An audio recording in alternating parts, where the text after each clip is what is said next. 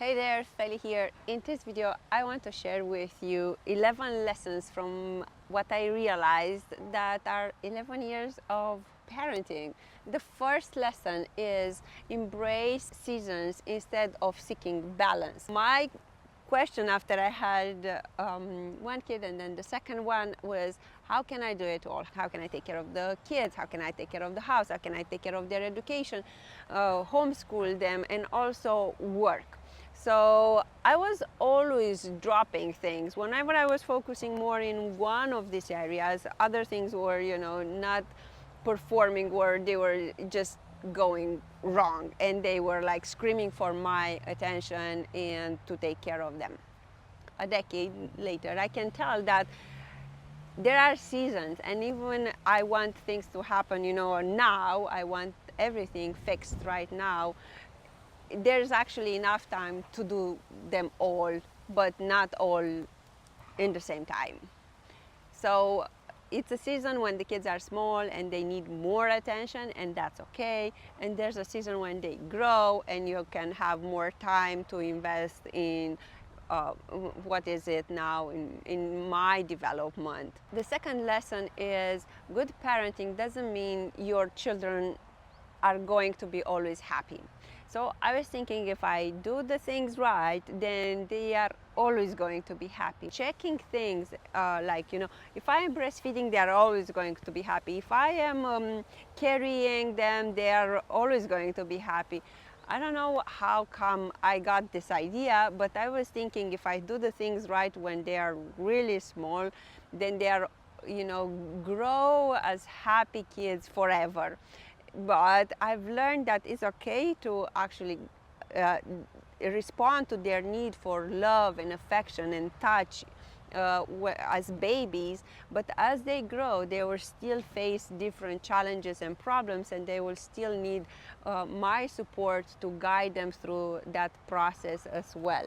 The third lesson is there's a cap for how far I can take them, because my leadership skills, or what I can teach them, or how much I can guide them, is capped for how far I develop, how much do I grow. So that's why as a parent, we are kind of leaders. They look up to us, they copy us, they see what we are doing, they are absorbing our values, our habits, on how we respond to things. So therefore, it's our responsibility, or it was realizing my responsibility to grow, to constantly develop myself and seek ways to do things better, because I can lead them further if I grow further. That would be the lesson. The fourth lesson is independence doesn't mean hands-off parenting. I had this expectation that if I give them the environment, then they will make the right decisions for themselves. So for example, if they have the computer and if they have lessons on their computer, then they are going to do that. But on that environment, they also have access to YouTube, and they also have access to games. I'm a guide. I'm responsible for what they consume, what they put in. I can't just let them make decisions that come easy from the environment, or what are the things are pushed on them.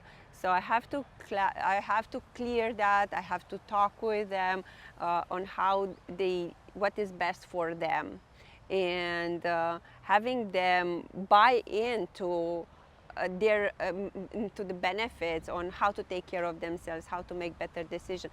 And this is not a process that you say it once and it's done. It's like how you learn a skill. And the best thing that I've learned, like in jiu-jitsu, to get from white belt to black belt, it takes 10-15 years. And that's how long it takes to have discussions, repeat the values, we're telling the truth, we are focusing on that is more important. That's how we keep ourselves healthy mentally and physically. And it's a constant repeat and adjustment in order to get to be masters and to make their own decisions and that are in their own, for their own good in the end. The fifth lesson, and this is my favorite, so precious to me because it had such a positive impact on me, and the fact that the kids taught me to find joy in small everyday moments. So they find reasons to laugh about a butterfly running, about a ball dropping. Everything is fascinating for them, and the way they approach life and the environment with that level of curiosity and excitement and laugh and ease. It was a lesson that I'm still absorbing, and I'm still learning to live it. Okay. The sixth lesson is I've learned what is unconditional love. So before it was like, if you treat me, if you say that and that, then I feel that you love me. And it was always impacting how I interact with people. But but having the kids, it taught me like how you can love someone no matter what they do. And that went deeper into the way I look at the world, because it can help so much to look even at other relationships with this unconditional love. It's not conditioned by their behavior. You can still let the love flow from you towards them without expecting the same kind of treatment in return. And I think this is like, it was very, very powerful and good. The seventh lesson is the power of I don't know and I'm wrong. It plays such a huge role of not showing up as perfect, because I'm not. I'm human and I make mistakes and I say the wrong things, and I'm in a hurry, and life happens, and it's okay to have this conversation open with them. And it felt so authentic for me. Treat them with equal respect and as a full human beings. The eighth lesson is passion is personal. So as a parent, I can expose them to different activities, to different environments, but they will have their own interest towards the activities or how they respond to different environments. And where is that, passion, what they are finding interesting is going to be different maybe than what I expect them to react, or how do I expect them if they were me. So they have their unique personality and they will respond differently. The ninth lesson is they know more than we think they know. Therefore, what I've discovered is like asking for their opinion, asking what do they think, having this conversation with them. I've learned so much from them. But also, one other way in which I've learned a lot from my kids was because of the mirroring. They just mirror the way I operate, the way I live life. And sometimes you don't like what you see, and then it's just that knowing that it's a mirror and they are teaching you, giving you a lesson. Maybe you should adjust the way you do some things or how you say some things, because you don't like what you see back. The 10th lesson is open, truthful conversations and communication. And that means, for example, is Santa real?